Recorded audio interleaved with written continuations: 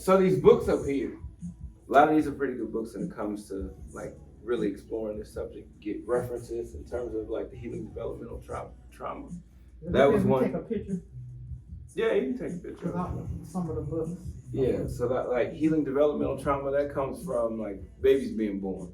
When they're being born, C-section, you know, they're either grabbing them by their head and pulling them out, basically dangling them, or when they have the suction, you know, they suction the head and then they yank them out. It's that type of, you know, that type of trauma is what we're dealing with. Blaming the brain. For years, we've been saying that it's a serotonin issue with our brain, which is why people are depressed. This kind of goes against that part. The gut and gut physiology syndrome, talking about how that two-way connection that, you know, that we have going on. And then the emperor's new drugs. Wow. We kind of created a whole new class of issues to create a whole new class of medications so we can make money. So sad. It is, but you know, that's what we're dealing with. So then there's some others on here. And then as usual, we talk about what's going on now, why, and then what's next, right? So that's kind of the formula. Looking at this, there's a few numbers that stand out here. So one of those numbers is that the leading cause of disability from people who are 15 to like 44 is mental illness. Wow. That is the whole new workforce. That's right. Well, that's the age. Yeah, so that's a whole new workforce that we're dealing with. And then we're also talking about U.S. adults. 50% of U.S. adults will be diagnosed with at least one mental illness. Now, keep in mind that includes Alzheimer's, dementia, OCD, ADD, ADHD. So there's more out there. So yeah, the chances of you being diagnosed with one is likely. So depression, anxiety, all that. And then I think we've taken what was typically known as being nervous about something and we gave it a diagnosis and said, you're anxious. We used to have butterflies. We used to be, now we gave it a name so we can give it a drug. Yes, okay. And that's what happens a lot, more often than not. We gave it a name, now we can give it a drug. So keep that in mind also. But we do have that number. Mental disorders top the list of the most costly things that we're gonna have to deal with. Now keep in mind, looking at this list, this kidney disease, you see dialysis centers everywhere. Yeah. And that's way down here. Hypertension, that's probably the most prescribed medication that there is. And it's way down here. Diabetes, we talked about that in another one. There's a lot of people dealing with diabetes. But then when you have this mental health stuff, it's way up there. But again, you have a larger pool of things that you're dealing with that's included in the mental health disorders.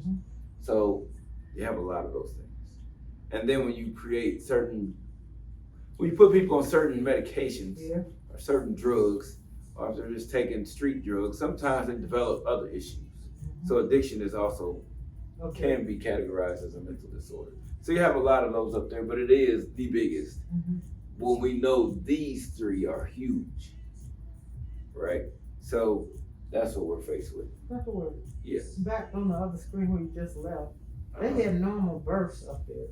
Yeah. They said normal births. Yeah. I mean, but a C-section is not the normal. C-section is not a normal birth.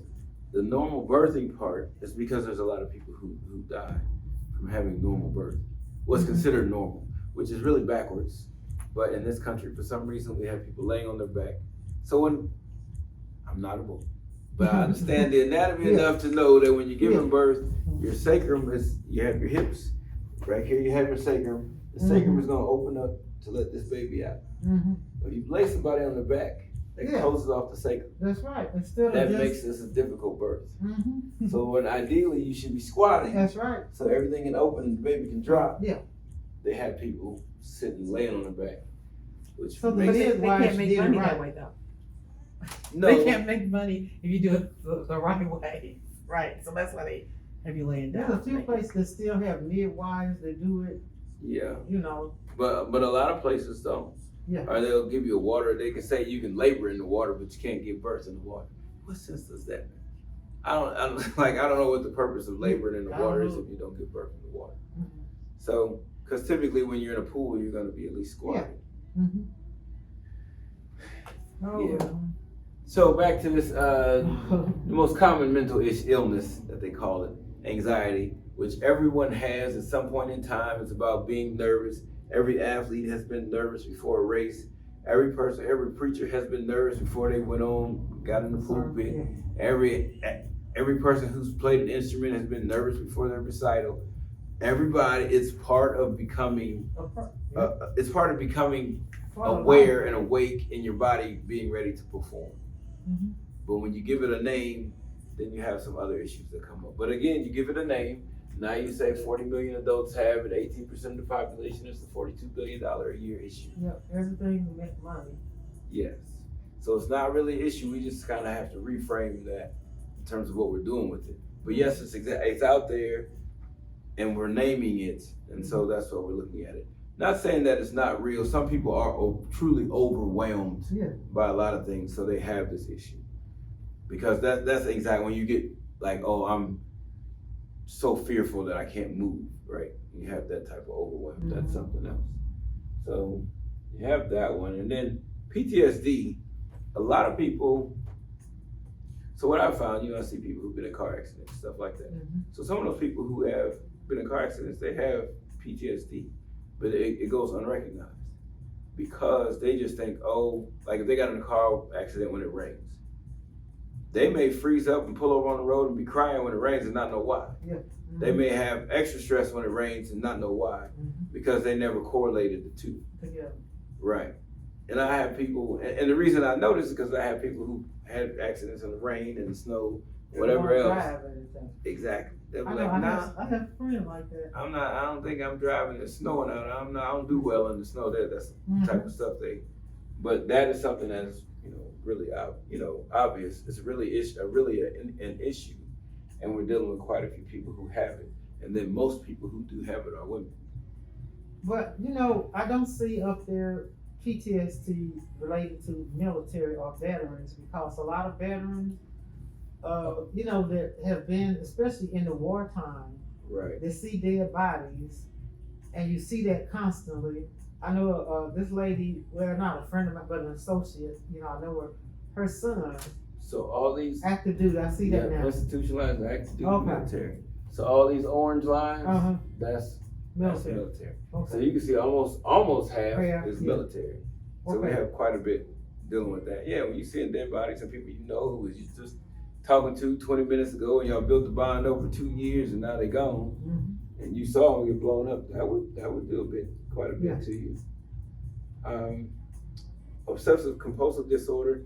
This is something that not a lot of people have, but I think we see it a little bit more since COVID. And the reason, because you have everybody, you got to use antibacterial soap. You got to use, what is that? Hand sanitizer. Yeah, hand sanitizer. Wear a mask. All that stuff. As soon as somebody coughs, everybody got a mask. It's one of those things where you're almost like you're paranoid. So you're doing these things over and over and over, not necessarily having a reason or rhyme for it, but that's what we have going on there. So that's another one that's coming up. Depression is the big one. So we're talking about 15 million American adults. And they say women experience depression more often than men. Okay. Makes sense. Go ahead. Well, I was going to ask, do they have a number when it says of adults, but there's some children that experience depression. Mm-hmm. 4 of the boys in our Sunday school class, their mom is dead. They don't know where the father is. And there's 10 kids, and only 4 of the others have been separated in different families, adopted, but they're split up.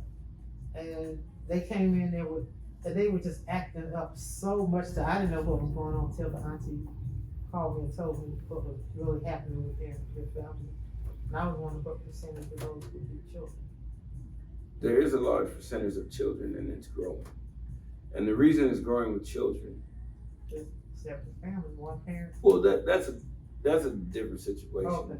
I would give, if you got 10 of y'all and you spread, that's a, and one of the parents gone, the other one they can't find. I could see that. The other reason is it's probably overly diagnosed with in terms of depression because, in teenagers anyway, because when you start to get to like 15, 16, and you have social media and you have peer pressure, you have a multitude of things that they're dealing with. Yeah. They're dealing with changes in their body that they don't know how to deal with, that nobody's ever discussed with them or talked to them, so they don't understand what's happening there. They're dealing with this comparison syndrome that's all becoming new. Such and such has this, such and such has that. They have new Jordans, I only have Adidas, whatever it may be. But kids are dealing with all that type of stuff. They're dealing with this boy thinks they cute, not me, that type of stuff. You're dealing with this girl said I was ugly. You're dealing with, you got a lot of, so you have a lot of hormones layered on top of a bunch of irrational behaviors. Right. Layered on top of the inability to decipher what's real and what's not. Layered on top of self-esteem. Yeah. So you have all these different things going at once, and people would like to diagnose them and say, oh, you're depressed. Really, you just say it, for one. Two, you don't understand. Three, you need somebody to just kind of help you work yourself through. It's not necessarily I wouldn't categorize it as a depression, but I would categorize it as you're sad and you're confused. It's okay because you have that. And then some kids are just different and they haven't been able to develop into themselves. And on occasion, you'll have different groups trying to kind of pulling in those kids, you know? Yeah. And Social media is and then some people just kind of like, they recruit these certain type of kids that may be awkward as youngsters.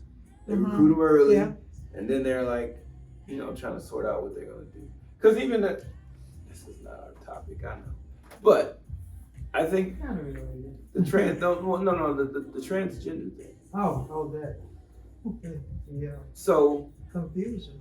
well, there's a bunch of different things that we're dealing with, maybe dealing with here. So, we talked about the food before. We know how there's a bunch of chemicals and all this other stuff in food that can alter your brain. Number one. Number two, we already know if kids, they say, adolescents supposed to go to 25. So, how do you allow someone who's less than 25 to make a major decision like that? You know, because I mean, when I was 8, I thought I was Superman or Spider-Man or the Hulk or Wolverine or Black Panther or whoever else there was. I thought I was them, and I want claws like Wolverine. Now, what if a parent went and put that in my arms? That would be child abuse. Right? But now we have a different type of thing going on. And so, some of us it's like a irrational thing that we're dealing with. So I'm not sure if we even categorize that as a mental illness anymore, because it kind of is being disillusional about, you know, what's what. What you are. That's, you know. What you can be. Because you can't, you know, my dog can't walk around saying she a cat, you know. You know what I mean? So we have that thing, and when you open up people to so many things, you're opening the gates for other stuff to happen. So, and it could be part of that was we just wanted to we have drugs, hormone drugs for all these things. So if we open that up and make it a thing, then you have all this other stuff. You know, I'm just saying that there could be people who, that could be a real issue, and people may not know why they want to do things. And if you can't get a drop in your insurance till you're 25, and you can't get dropped from your parents' insurance till you're 25, and all these other things, then you shouldn't be able to do anything too rash till 25. And there's studies that show the brain is still developing. And if you change a young boy, if you change their hormone pattern, it messes with their brain development. That's scientific. Just like if you change with a young girl, if you take away her estrogen, it's going to mess with how her brain develops. And then you're developing another issue that we don't even know yet. So we have a lot of unknown consequences to that type of stuff. That's a whole nother topic. I know, but when you start talking about depression, I think this is a category where you find a lot of people who are struggling with sexuality and that type of stuff. A lot of those people are depressed. And it may be because it's just that the confusion, they need clarity. Confusion, that's the good word. And you know, if you get some clarity on stuff, you can no longer be depressed. That's And right. then the other part of that is you may not be in motion in terms of moving towards a life goal or moving towards or physically moving, period. Because if you're not moving physically, then that allows for, Messes up. yeah, so you have a greater chance of being depressed. All these depressive type treatments, where they say they're treating for depression, they really don't work. They know just, that. They know that. They know that, but they sell. The drugs sell, so they make money, right? And then, but there's a lot of natural ways to get the depression, you know, get over that.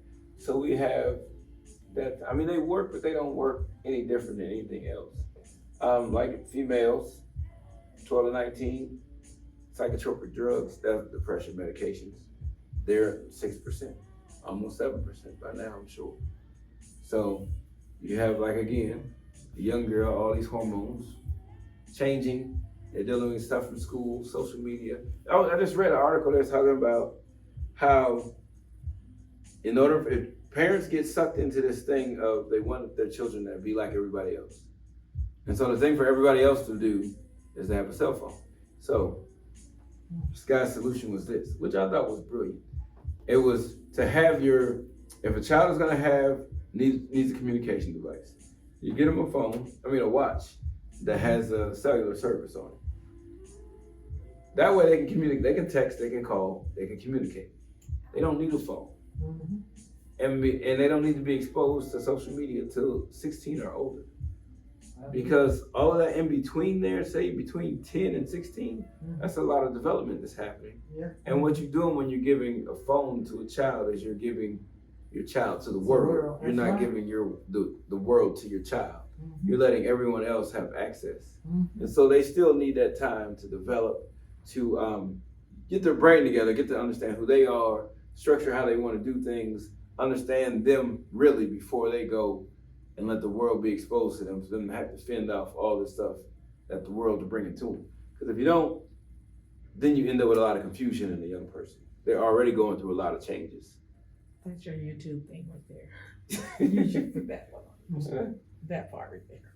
So it really makes sense, and not to get off the subject, but that's why they do not need guns at 18. But that's another story. Okay. Yeah, I'm already hitting one rough topic. Okay. I can't hit 2 and 3. Okay, but I understand. That's right. So this monoamine hypothesis on depression, that is the chemical, right? That's saying that there's serotonin deficiency or serotonin issues, and that's why people are depressed. Well, antidepressants increase the synaptic levels of serotonin, so that's what they're trying to do there. However, that's like a limiting belief that doesn't really follow, right? So receptors lose signaling response over time. That's the limitations. So you can only do that for so long before it just doesn't work anymore. They talk about onset of serotonin reuptake inhibitors occurs in minutes, but antidepressants, weeks to months, doesn't really work out, Not all drugs enhance serotonin transmission. And then you have all these different researchers that's saying that doesn't work, Even though they still prescribe it to them. Yeah. But usually when they take that, it's going to cause some other problems. Yeah. Well, if you look at the side effects of most of these drugs, you're dealing with a ton of different issues. So we're talking about increased suicidal tendencies, weight gain. What sense does this make? Okay, so you have somebody who is struggling with their self-image, their whatever, right? That's part of the reason they're depressed. Because one thing is they're not really moving very much, so they have that issue as well. So you have all these things. Then you give somebody a drug that's going to cause them to have suicidal thoughts, to gain weight. Ooh, that's really That's worse. Right. And then you have all these others, sleeplessness, all these things, side effects. So nobody who's gaining weight is going to all of a sudden be happy. Most people, when they just gaining weight, they're having an issue, are they not? That's like they're struggling with something. Yeah. So if you're gaining weight, that's not promoting happiness. Well, If you can't sleep, that's not promoting happiness either. So if you have suicidal tendencies, of course, that's not. So you have all these different things. You give them drugs and then they load up on this stuff. And that's what you're dealing with. So that doesn't even it's not logical in terms of making sense for people. It's not. So that's a struggle for me. So that serotonin depletion, that's not equal to, this is a study that shows that just doesn't work. So it goes through mice and it's not a major player in depression. But SSRIs are the big thing to do. So and that was from one of those books, but I wanted to bring that out. And then, of course, they talk about the confidence, how confidence in the depressed people having serotonin or norepinephrine deficiency. It's not the case. It contradicts that. That's what came out of that book. So it's like, it's not the things that they're saying it is. And then here we're dealing with all these different side effects: insomnia, nausea, diarrhea, long-term weight gain, sexual dysfunction, miscarriages for women. And men, because there's something else I read that says, men's sperm is partially associated with miscarriages. Oh, And like a lot of people they don't know that. Mhm. But it's like over men's, I think it's like 60 or 90 days. Mhm. However healthy the man was, that contributes to miscarriages also. So it's not just women. Mhm. So if you have makes sense. either one on there, then you have that going as well. Oh, there was one other thing they talked about in here. It was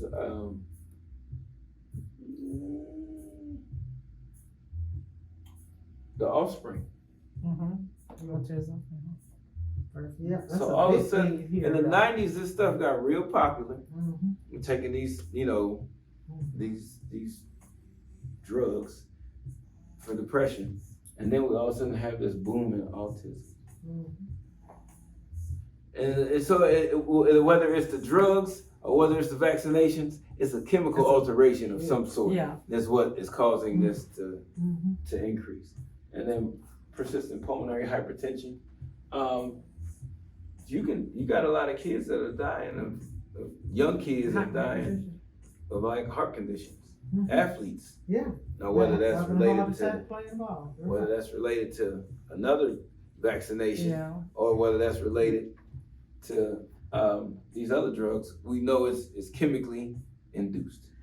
So Down syndrome, what is that? Is that like autism in a sense, or remember Down syndrome was when the kids kind of.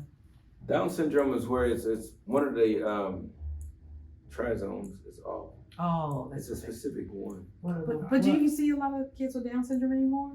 Like, remember, that was a big. That was a big Yeah. thing Yeah. at one point in time. Yeah. Now it's autism with the spectrum Yeah. of whatever. And the thing about autism is a spectrum. Yeah. So it's how chemically impaired you were, at what stage, when. Because some like over-the-counter drugs would probably, they probably play a role in that too.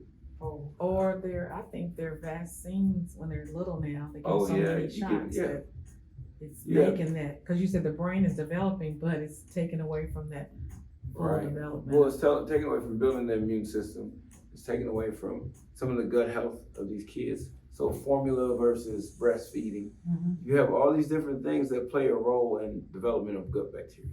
So if we don't do the right steps with gut bacteria, then we end up with people whose systems are off.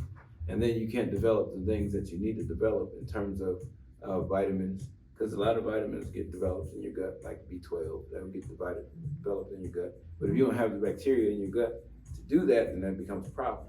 There is a direct pathway from your gut to your brain. Yeah. So they relate. So if you can't get this right, then you can't get this right. Most people who have autism are like limited to 5 to 7 foods that they eat.